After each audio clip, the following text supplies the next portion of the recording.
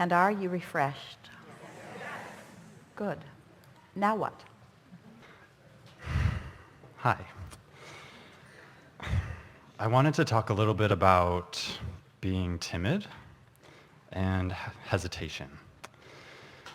A lot of times I think I use doing what feels good and letting things work out and trusting that everything will work out as an excuse for not speaking what I want. Maybe, but when you are in alignment, you are not timid. You're sensitive maybe to others, but there's a clarity that brings a usual sense of boldness with it. And that feeling of hesitation is always about split energy. That feeling of second guessing yourself is always about split energy. Certainly that catering to what others think, in other words, looking for their approval and coming not to trust it, because often that they're not in alignment, and so they don't appreciate you, not because you're not appreciable, but because they're not in the mode of appreciation. So alignment first, and then. I feel like I get a lot of momentum going internally and on my own, and it's been my experience that at some point you have to bring in others in order to manifest something big. Well, this is the perfect basis for a conversation about unconditional living, isn't it? Because Esther began playfully saying, she was playful about it, but she meant it too. She said, I think I'm becoming a sort of vibrational snob, because she was enjoying her high-flying feeling and not really wanting to come down from it, and finding that sometimes in interacting with others that she would focus on conditions that then would make it not possible for her to maintain her alignment. And so then she began saying things like, when I'm by myself, I can fly pretty high, and with strangers too. And then that made her begin to understand that she had fewer negative expectations of strangers. She didn't know about their conditions. So she was just naturally living more unconditionally when she was by herself, because there were frankly fewer conditions to notice. And fewer conditions with strangers than with people that she had already formed opinions about that were conditional and keeping her from her alignment. But after a while, that sort of puts you in a trap where you're off by yourself. Mm-hmm. And what you want is to be out where you can benefit by the co-creation of others. So this unconditional is something that you have to kind of practice and then go out, practice, and then go out, practice, and then go out. I find that in my mind, a lot of times, even like right now, it's hard for me to focus on that ascension and that straight form of energy when I'm constantly thinking about what other people are going to think and how it's going to affect me. That's all right. You see, that's what we meant earlier when we said, don't feel uncomfortable about being where you are in terms of your belief about something or just the way something is unfolding. Don't beat up on yourself about it, because first of all, you've been trained that way. People have trained you to care about how they think, because it's important to most people who are living conditionally for you to create conditions that they can live with. And so you've been trained that way, and you're doing it to them and they're doing it to you. It's not something that you're all of a sudden going to stop doing. But there is an endless trap in that, because the more conditions you find necessary to control, and the more you are able to a certain extent muster your power and your clarity and your strength and your position or whatever in order to demand conditions that please you, then the bigger the trap you get into, because the more you have to control. That's usually what makes people finally give it up, because there become too many things that you can't control that you feel that you need to control in order to feel good. where when you begin to understand that you don't have to control anything in order to feel good, you just have to care enough about feeling good that you're willing to reach for thoughts that do feel good, then you are so powerful, because then you can go out, step 4 living that we were talking about earlier, be in the world, interact with others, and not lose your place because you're worried about what they are thinking about you. It's easy to develop a belief of mistrust about how people feel about you, because most people are not making you the center of their universe. And those who are, in time, you wish they wouldn't. Because when somebody makes you the center of their universe, then they tend to think that their well-being is conditional on what you are able to achieve or perform, and then that starts feeling like entrapment, and before long you're resenting that person and the hold they've got on you in your life experience. This is all making perfect sense to you, isn't it? So come back around to what you were talking about earlier. In other words, we understand that that it's easy not to trust people to like you because of experiences that you may have had, and because of the drum that you keep beating, and because when you expect something, it turns out that way. That's why it is so freeing to let go of that. Does it feel to you that we're wanting you to let go of all conditions and just live in this very general world of emotions? Because that's not our intent at all. We just want you to start there and then go out. We just want you to get that basis, because when you feel good about who you are, and so you feel good about who you are because you've practiced it, and you feel good about who you are because you've practiced it, and Source is joining you because Source feels good about who you are, so you've got momentum going. People who don't feel good about who you are don't have access to you.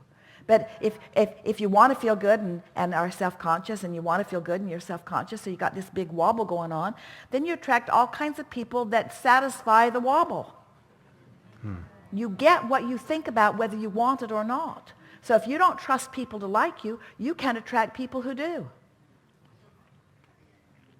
And I guess at least I think I get really far along with that momentum, and then it comes right to the moment where you it's need time to for me practice to more. open my Right mouth. to the moment where you need to practice more. That's all. Right to the moment where you need to practice more.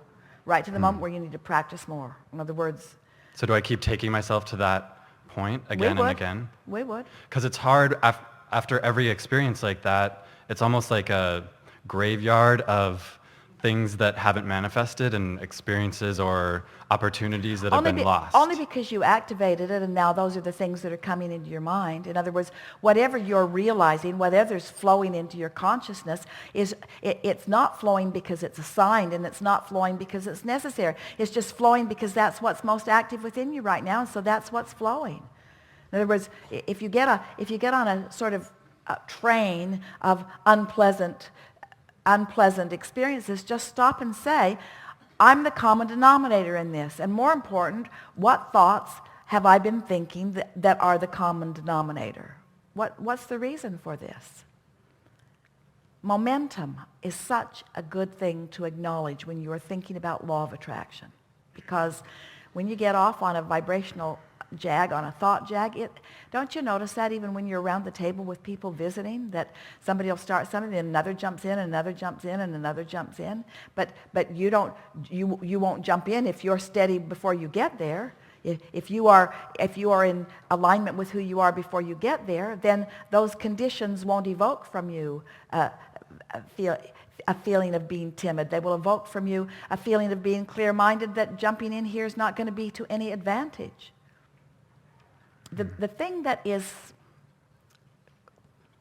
common in interacting with others is you start out with a slight insecurity about what you know, or about something, about what you know.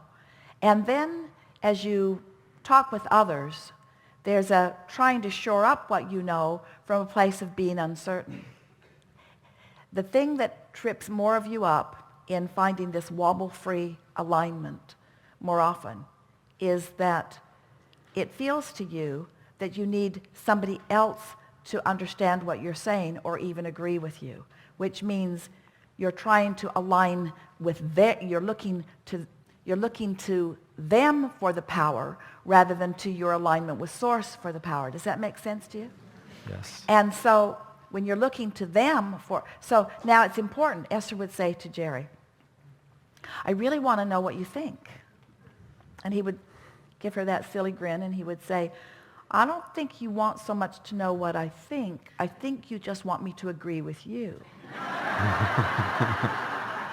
Because the conversation sometimes would go on for a while as she's coming at it from another way and from another way and from another way. Because there's something about getting somebody to agree with you that can sort of shore you up.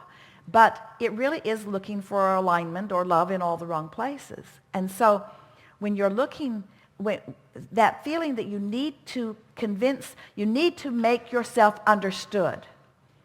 You need them to understand you is the biggest trap of all, because if they're not in the vibrational vicinity of where you are, they're not going to understand you anyway. And the harder you try, then the more conditions you introduce to the scenario that have the likelihood of causing you to begin to wobble. And then you feel timid. Mm-hmm. And so rather than calling it timid, call it wobble. And rather than calling it angry, for a little while, call it wobble. Instead of calling it frustrated, call it wobble. Call it me introducing into what could be a pure vibration with lots of strength and power and clarity. I'm introducing wobble because I'm trying to get you to agree with me rather than aligning with what already agrees with me. Source loves me. You don't. And when I try to get you to love me, I wobble. Source loves me. If I was looking for love from Source, I wouldn't be wobbling because Source is right there loving me. Source is unconditional. Source isn't saying you have to have this skin color or this sexual orientation or this financial prowess or this political or religious affiliation. Source is loving unconditionally. It's humans that make it hard for you to trust, you see. So why are you looking to the humans for your alignment when Source is right there beaming it at you all the time and giving you constant feedback about how close to the beam you are or not, you see?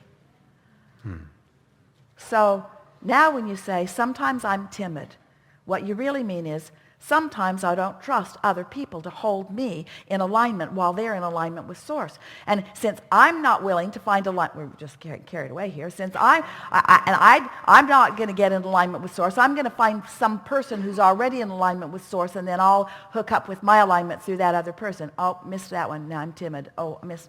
That one's not in alignment either, so I feel timid. That one's not in alignment. So I still feel timid. That one, will you please look at me and be in alignment and love me? Oh, not you either, huh? So I still feel timid. Where you could just directly go to Source, who's always there, loving you unconditionally. And then you don't feel timid. You feel bold, you feel empowered, you feel sure, you feel certain. You feel ready. Helpful? Yes, very much.